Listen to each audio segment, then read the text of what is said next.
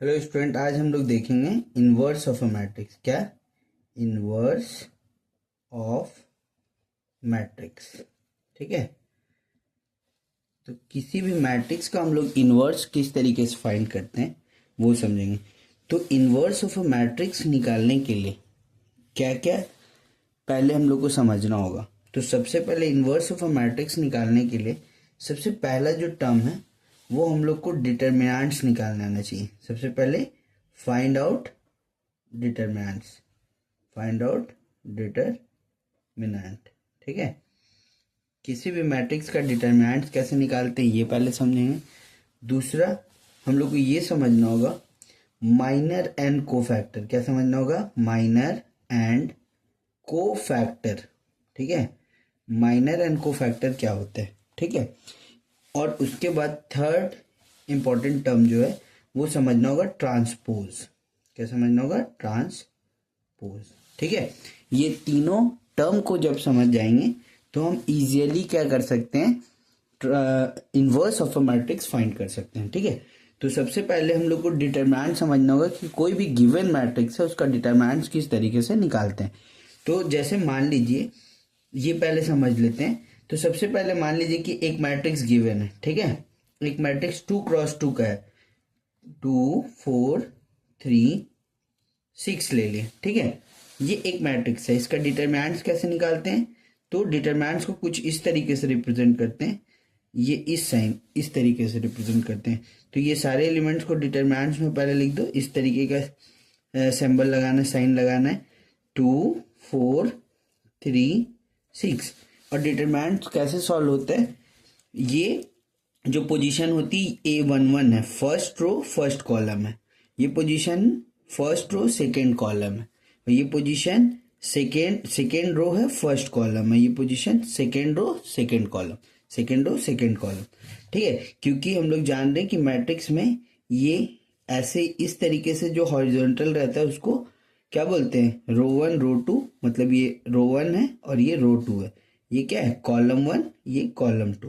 ठीक है, तो डिटरमिनेंट निकालने के लिए हम लोगों को क्या करना पड़ेगा? 2 का मल्टीप्लाई इससे, मतलब 2 इंटू 6। इसको सॉल्व करेंगे तो क्या हो जाएगा? 2 इंटू 6 माइनस 4 इंटू 3, 4 इंटू 3। ठीक है, इसको सॉल्व करेंगे तो 12 माइनस क्या आ जाएगा? 12 आ जाएगा, इज इक्वल टू 0। डिटरमिनेंट्स की वैल्यू क्या आ गई? 0 आ गई। ठीक है, बट एक चीज ध्यान रखना है कि डिटरमिनेंट 0 आ जाएगा तो इनवर्स ऑफ मैट्रिक्स एग्जिस्ट नहीं करेगा। ठीक है, तो यहाँ पे एक काम करते हैं, कुछ वैल्यू बदल देते हैं। फॉर एग्जाम्पल यहाँ पे हम 2 ले लेते हैं। क्या ले लेते हैं? 2। यहाँ पे 2 ले लें तो वैल्यू क्या हो गई?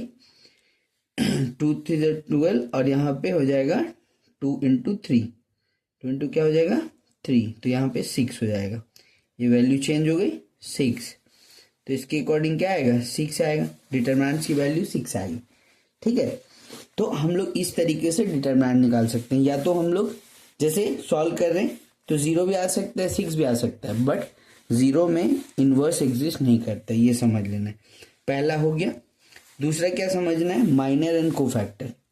तो किसी भी डिटरमिनेंट्स का माइनर एंड कोफैक्टर कैसे निकालते हैं? तो सबसे पहले आप देखिए कोफैक्टर कैसे निकालते हैं। कोफैक्टर में क्या करना है?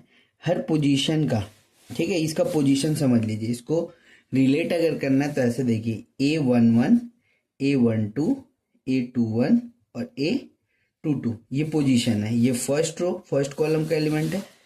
तो डिटरमिनेंट्स निकालने का जो फॉर्मूला होता है, फॉर्मेट होता है, डिटरमिनेंट्स बोल रहे हैं सॉरी, ये फॉर्मूला होता है किसका? कोफैक्टर का फाइंड आउट करने का। Aij इज इक्वल टू -1 की power I plus J minor Ij। ठीक है, ये फॉर्मूला होता है। तो इस फॉर्मूले से हम लोग कैसे कोफैक्टर निकालते हैं? देखिए, ये अगर हम लोग इस एलिमेंट के लिए कोफैक्टर निकाल रहे हैं तो ये कौन सी पोजीशन का एलिमेंट है? 1 1, फर्स्ट रो फर्स्ट कॉलम का एलिमेंट। तो यहाँ पे भी क्या करेंगे? जहाँ पे Ij है, I रिप्रेजेंट फॉर रो और J रिप्रेजेंट कॉलम कर रहा है। ठीक है, तो 1 प्लस क्या हो जाएगा? 1 और माइनर 1 1 आ जाएगा। तो A11 इज इक्वल टू क्या हो जाएगा? -1 की पावर 2। तो -1 की पावर जैसी इवन बनेगा यहाँ पे क्या आ जाएगा? -1। ये ऑड है, जैसे इवन बनेगा +1 आएगा। और अगर नेगेटिव की पावर ऑड है, एक फॉर्मेट समझिए, कोई भी नेगेटिव नंबर है, ठीक है, उसकी पावर ऑड है तो आंसर हमेशा माइनस में आएगा, नेगेटिव। और अगर कोई नेगेटिव है, ठीक है, नेगेटिव है और नेगेटिव की पावर इवन है तो उसका आंसर क्या आएगा, पॉजिटिव आएगा। ये चीज़ पहले ध्यान रखिएगा, ठीक है। तो A11 का वैल्यू कैसे आएगा, ये +1 आ गया। अब माइनर कैसे निकालते हैं, तो देखिए ये कौन सा पोजीशन है, first row first column, first row first column को कट कर दीजिए तो यहाँ पे कौन सा एलिमेंट बचा, 6, तो यहाँ पे ×6 हो जाएगा। मतलब A11 का वैल्यू क्या आ गया, 6 आ गया, ठीक। उसके बाद वैसे ही A12 निकालना है तो क्या करेंगे, A12, देखिए यहाँ पे देख के भी हम लोग कर सकते हैं, इन दोनों का सम ऑड आ रहा है तो ऑड मतलब -1 इनटू, ये कौन सा पोजीशन है, फर्स्ट रो सेकेंड कॉलम, तो बचा कौन, 3 इंटू, तो A12 का वैल्यू क्या आ गया, -3 आ गया, ठीक है।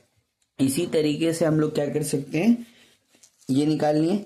अब इसको हम लोग मिटा देते हैं, ये वाला पार्ट ये तो समझ गया, इसको मिटा देते हैं, ठीक है।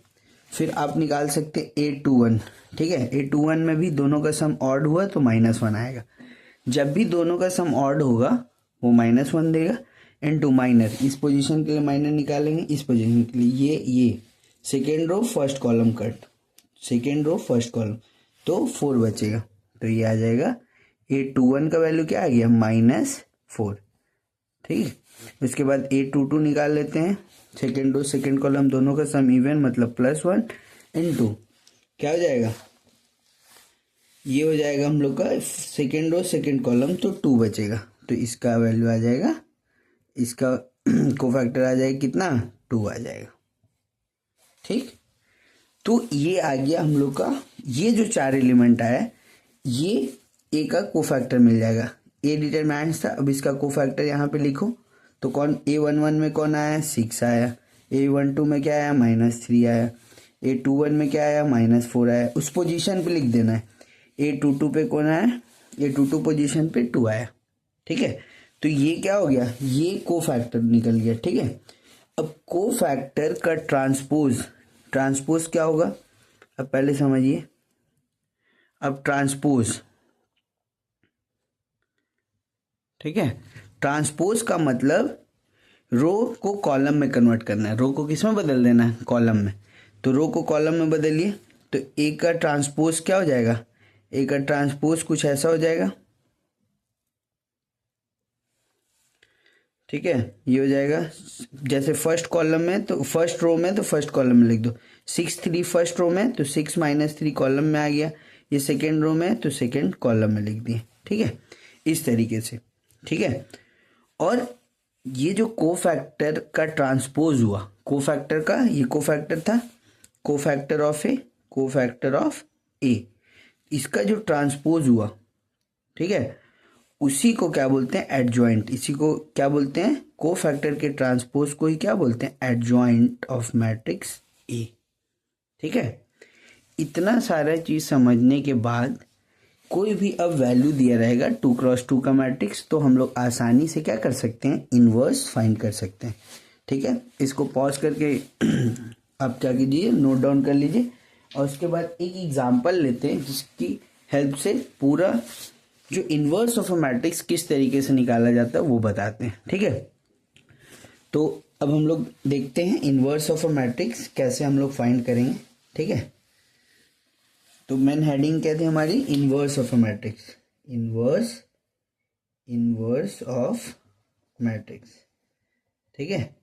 जैसे मान लीजिए कोई मैट्रिक्स ले ली, ठीक है, हम लोग मैट्रिक्स चूज कर लेते हैं, मान लो एक मैट्रिक्स है, ठीक है, 1 2 4 6, ठीक है, यहाँ पे 4 ले लेते हैं, ठीक है, ये मैट्रिक्स है। ये मैट्रिक्स का क्या करना है, फाइंड इनवर्स फाइंड करना है, क्या फाइंड करना है, इनवर्स, फाइंड द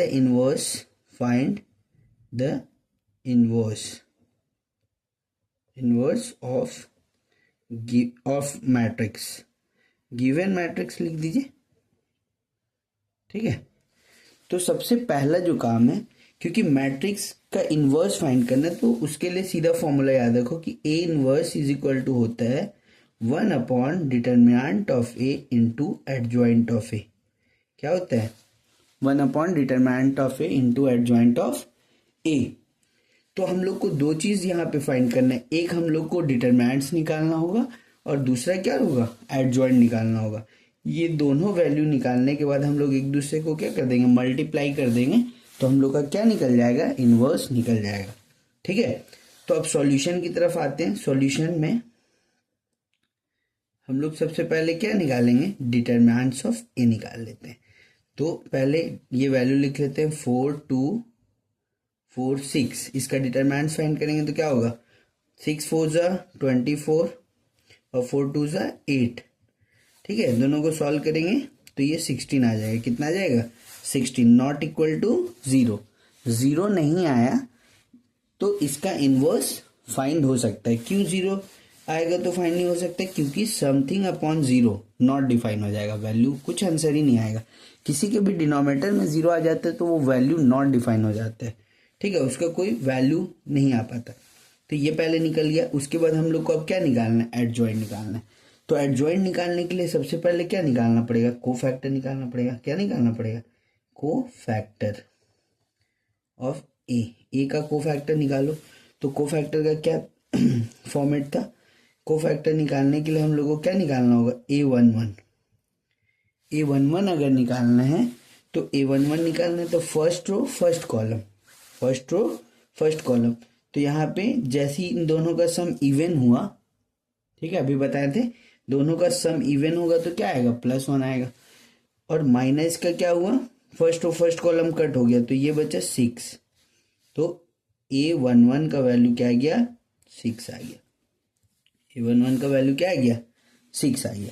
उसके बाद हम लोग को क्या निकालना है? A12 निकाल लो। इन दोनों का सम ऑड हुआ तो -1 लिख दो। उसके बाद क्या करेंगे? First row second column cut करो, फर्स्ट रो सेकंड कॉलम, तो कौन बचा? 4। फर्स्ट रो सेकंड कॉलम, तो यहाँ -4 हो गया। तो A12 का वैल्यू आ गया -4, ये निकल गया। उसके बाद A21 निकाल लो। दोनों का सम ऑड हुआ तो -1 लिख देना है। फिर सेकेंड रो फर्स्ट कॉलम, तो ये 2 बचेगा, तो यहाँ 2 लिख दो। तो A21 का वैल्यू आ गया -2, क्योंकि 2 + माइनस 2 1 ज़ा 2, तो -2 आएगा। ठीक है, उसके बाद और क्या निकालने हैं? और हम लोग A22 निकाल लो। तो दोनों का सम इवन मतलब +1। अब ये और ये कट हो गया तो 4 आ गया। ठीक है, तो इसका वैल्यू आ गया 2 का 4 आ गया। ठीक है, तो ये हम लोग का पहले कोफैक्टर निकल गया। तो अब कोफैक्टर लिखो। कोफैक्टर ऑफ ए का कोफैक्टर क्या क्या हुआ? सारा एलिमेंट लिखो। A11 पोजीशन पे कौन आया? 6, ये मिटा देते हैं। ठीक है, A11 पे कौन आया? 6 आया।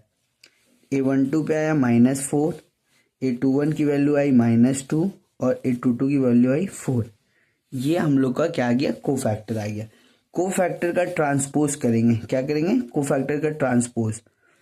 कोफैक्टर का जब ट्रांसपोज करते तो क्या बन जाता है? उसी को बोलते हैं एडजॉइंट ऑफ ए, एडजॉइंट। तो ट्रांसपोज का मतलब रो को कॉलम बदल देना। ये रो है, कॉलम में लिख दो 6 -4, ये सेकेंड रो सेकेंड कॉलम में -2 और 4। ठीक है, तो हमारे पास ये दो चीज़ की रिक्वायरमेंट थी, एक डिटरमिनेंट्स की और दूसरा एडजॉइंट की। दोनों को मल्टीप्लाई कर देंगे तो क्या आ जाएगा? हमारा इनवर्स ऑफ मैट्रिक्स आ जाएगा। तो ए इनवर्स का सीधा फॉर्मेट लगाते हैं। A inverse is equal to 1 upon determinant of A का वैल्यू कितना है? 16 है, into adjoint of A, adjoint 6 -2 -4 और 4। ठीक है, अब ये दोनों को आपस में क्या करना है? मल्टीप्लाई करना है। तो यहाँ पे लिख रहे हैं A inverse is equal to क्या हो जाएगा? इसको 16 को सबके मल्टीप्लाई में कर दो। ठीक है, कुछ ऐसा हो जाएगा 6 × 1/16। ठीक है, यहाँ पे सबसे डिवाइड हो जाएगा। सब में क्या हो जाएगा? ये डिवाइड हो जाएगा। इसको मिटा देते हैं। ठीक है, ये सब में डिवाइड हो जाएगा। ठीक है, 16 6 में डिवाइड होगा तो 6/16 हो जाएगा। -2 क्या हो जाएगा? 16 हो जाएगा। ये इससे डिवाइड होगा तो -4/16 हो जाएगा और ये 4/16 हो जाएगा। इसको सॉल्व करेंगे तो क्या आएगा? 6 से कटेगा 3 और ये 8, तो यहाँ पे आएगा 3/8, यहाँ पे 2 8, तो -1/8 आ जाएगा। ठीक है, और उसके बाद 4 4 1 जा 4 4 जा 16, तो -1/4, और ये 4 1 जा 4 4 जा, तो ये भी आएगा 1/4। तो यही आपका क्या है, inverse of a matrix find out हो गया। तो इस तरीके से हम लोग inverse of a matrix find करते हैं। ठीक है, तो ऐसे हम लोग बनाएंगे, ये ध्यान रखिएगा। Thank you.